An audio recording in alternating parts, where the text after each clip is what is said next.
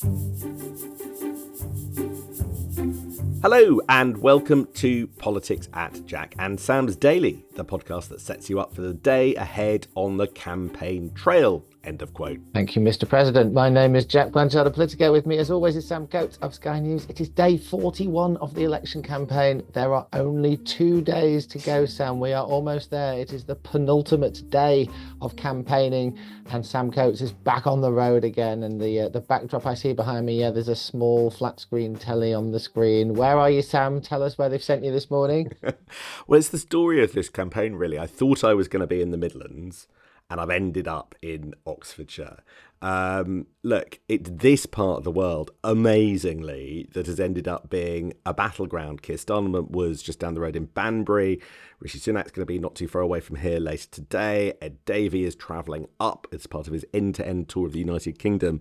So who would have thought this part of the world, and I think I'm actually in the Witney constituency of David Cameron, would actually be a battleground. Never would have dreamed it. And I don't think that what Rishi Sunak had in mind 41 days ago when he announced this election was that he would be ending it battling in David Cameron's old seat and Boris Johnson's old seat and the absolute core Tory heartlands. And as we've been saying, it just shows that the party's internal polling is saying exactly the same thing that all the external polling we've seen, which is that, it is the Tory heartlands that are very much in play, and other seats, presumably the red wall seats where everyone was fighting out last time, have already gone to Labour. That is the only assumption we can take from where the party leaders are finishing their campaign. The three things we should talk about today, Sam. Rishi Sunak is on a whistle-stop tour today. He got up at 4 or 5 o'clock in the morning to start doing campaign stops. He's got an incredibly busy schedule that runs through till after 10 o'clock at night. So we'll talk about what he's up to.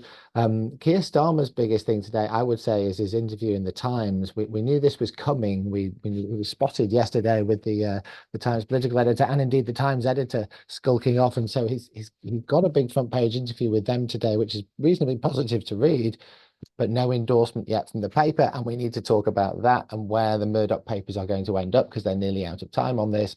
And finally, we'd better talk about postal votes as well, because it's pretty clear something has gone awry there, and several of the papers have postal vote fiasco stories on their front pages today. And that's obviously very important, given that's now how something like 1 in 5 voters cast their vote.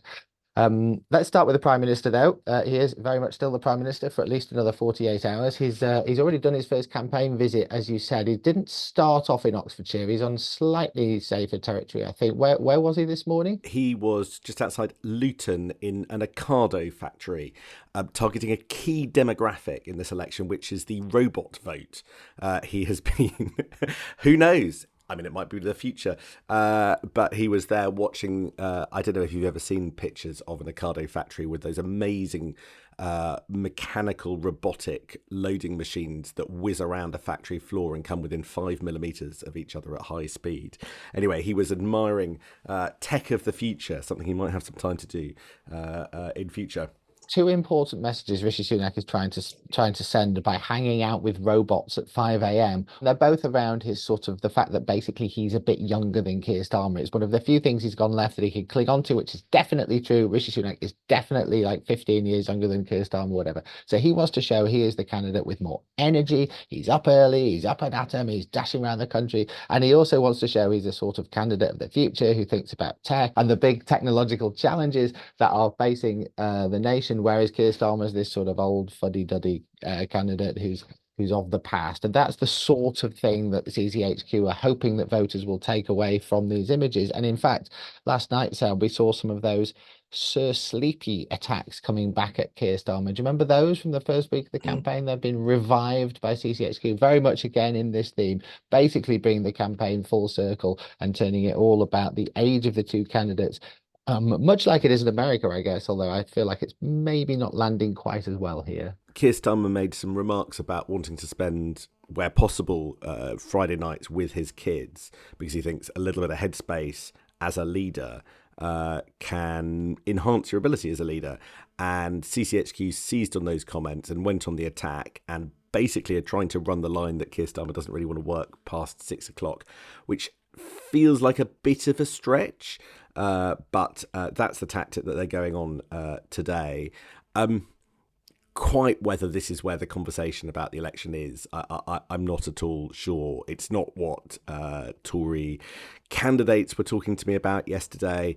I think the Conservative conversation is very much about the blame game, if I'm being honest. Yeah, I entirely agree. Trying to convince people that a father wanted to see their children occasionally is a bad thing. I'm not entirely sure is going to be the tactic that turns this around. And you're absolutely right. When you speak to Tories in private, frankly, none of them are even talking about this election anymore. They're all talking about what happens on Friday afterwards and where it goes next. There are people praying that Oliver Dowden is going to come and save the party because they want Oliver Dowden to be like a sort of stand-in leader for the rest of the year, so the other party has time to have a really good think about who wants to be a leader and doesn't just knee-jerk choose someone who's going to lead them to even more doom. Those are the kind of conversations that Tories will have if you go for a pint with them. Not like, oh, are we going to win here? Are we going to win X? Could we still save this election? Literally no one is saying that stuff. I was talking to a former cabinet minister who's been involved in leadership conversations and contests before, and they made a couple of points. First of all, they were just scathing. They said, I'm not even going to take part in the next leadership contest because there's almost certainly going to be another one 2 years after that. So I might as well just wait until that one because this one's going to be so nasty. But there is a debate about like how it's all going to work after Friday. And there is pushback on this idea that you spend some months doing it, that you could have a Michael Howard style sort of lengthy debate in the party, that the chaos is going to be too much. But also there's no way of deciding this. In all possible, there is a big possibility that there will, because they'll all lose their seats, be no party chairman, no chief whip, no head of the 22 because Graham Brady's standing down, possibly no, chancellor / shadow chancellor, David Cameron won't hang around, no foreign secretary, probably no defence secretary given Grant Shapps' seat. That there is going to be no way of deciding what to do from Friday, and that's the kind of wasteland sort of that they're facing. And into that vacuum, you've got people like Steve Baker, who may not be around on Friday either, saying that he wouldn't rule out being a candidate, that the campaign is being embarrassing, and that Labour are now most likely to come to power. So I think you can't underestimate this sort of organisational mess from Friday that the Tories could find themselves in if we get all the kind of key people who determine what happens next actually losing their seats as well. Let's talk a little bit about Labour because you might think complacency was setting in, and maybe amongst some people it is, but you still speak to very jittery Labour people, not because they don't actually believe the polls, not because they don't really in their heart believe they're going to win. They totally do, but just because they're so scarred by all the past elections that they've endured for the Labour Party. It has been so long since this party won a general election that there's very few people working there who can remember what it's feel like. What they're used to is disappointment. They're used to the 10 o'clock on polling day exit poll dropping and a sinking feeling of devastation. And until that moment actually lands for them and the numbers say, yes, Keir Starmer's on course for a big majority, they are going to spend the next 48 hours feeling sick. And if you talk to some of them privately, that is exactly how they're starting to feel now. And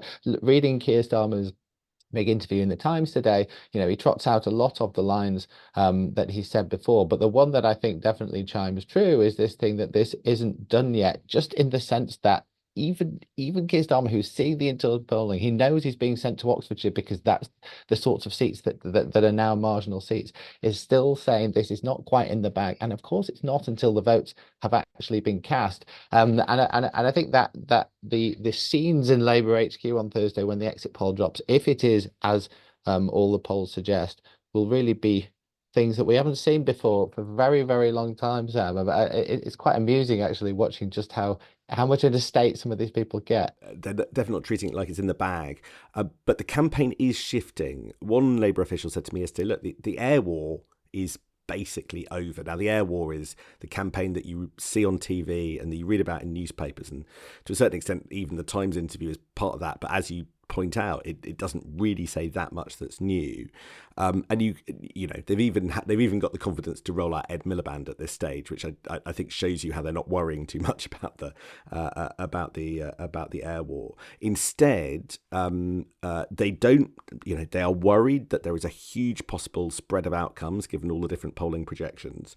But they think it is now time to rely on the digital campaign and the Get Out the Vote campaign. So this campaign has shifted to the ground, and I think that's the that's where all the focus is. Frankly, it is about getting people to polling stations and discouraging your opponent's voters from supporting them, and that's where the operation is now, rather than the kind of stuff that you're seeing on TV and in the newspapers. And we should say just how important all that stuff is. There are, wherever the battlegrounds turn out to be, whether it's Oxfordshire or the north of England or the southwest, there will inevitably be lots of very marginal seats where, honestly, just a few hundred votes either way will make a huge difference to the sort of majority Keir Starmer gets, assuming he does win, as we expect on Thursday. And so these sorts of get out the vote operations, how people are feeling on the day, what's the weather going to be like on Thursday, all this stuff really can make a difference to some of those seats, and therefore to the size of the majority. It can make a big difference to the electoral calculus of the next election. Lots of people don't even make up their mind, Sam, how they're going to vote until they're in the polling booth. That is a common phenomenon. Lots of people say that is true. They go in thinking, not sure. Oh, I sort of quite like that. Not sure. And they literally make up their mind with their pencil in their hand, staring at the bit of paper, which just shows how much of a knife edge these things can still be on in those marginal seats where not many votes make a difference either way. That's right. I think the Tories are running the line that 130,000 votes is the difference between a supermajority and not. We will see. A few details are starting to eke out, a few more details of what the future holds if Labour does get into power. I think the budget, we know the King's speech is going to be towards the end of July. The budget now is looking like it'll be in October. Labour had thought about September or October, but I think party conference means that it's going to have to happen after the party conference season. So that puts it in that month. My sense is that the Labour Party haven't decided then whether to do a 1 year or a 3 year spending review. The Times thinks it's leaning towards 1 year, but all sorts of people absolutely swear they haven't made up their mind. That's about setting the budgets for departments all across government and whether or not Labour effectively defers how much money it can inject into public services. Instead, they're going to focus the first few months on growth and sorting out how they're going to do these mission-led government, these 5 missions of Keir Starmer, very much at the heart of what he wants to do. But my sense is they haven't sorted out how they're going to work. How you prepare for government, well, that's actually going to be the subject of Radio 4 documentary at 4 o'clock today with 2 fascinating people, Cleo Watson, an ex-Boris Johnson special advisor, and the former Deputy Cabinet Secretary, Helen McNamara, who have been putting together how the civil service prepares for a new government and how they obsess about the small stuff like the fonts of the documents, snacks and pictures on the wall to make the new government feel welcome, rather perhaps than the bigger stuff. Let's talk about postal votes, because it's pretty obvious something's gone wrong now. It's made the front page of the Metro today, as well as the front page of the Telegraph. It's in other papers as well. People complaining in like dozens and dozens of constituencies across the country that they haven't received their postal votes, worrying that the postal votes are not going to arrive in time, which is basically disenfranchisement in the end. And Tories pointing the finger at the Royal Mail. It's really, I feel like in the end, this is not a good look for the government, Sam. Obviously the Royal Mail is a private company now, but, this general sense that you hear this coming up on the doorstep all the time, you talk to candidates, that Britain's broken, nothing works anymore. In the end, that is a bad endorsement of the people that have been running the country for the last 14 years. And the fact that we can't even manage to get a postal vote system working properly without headlines about chaos and so on, I think in the end reflects badly on the people in charge. It just doesn't help when you're trying to convince people that they should stick with the plan, quote unquote, that they want more of the same, when, even the basic voting system seems to be breaking down at this critical juncture. There seems to be a problem in at least 2 London councils, Lambeth and Southwark. They've confirmed that there's an issue.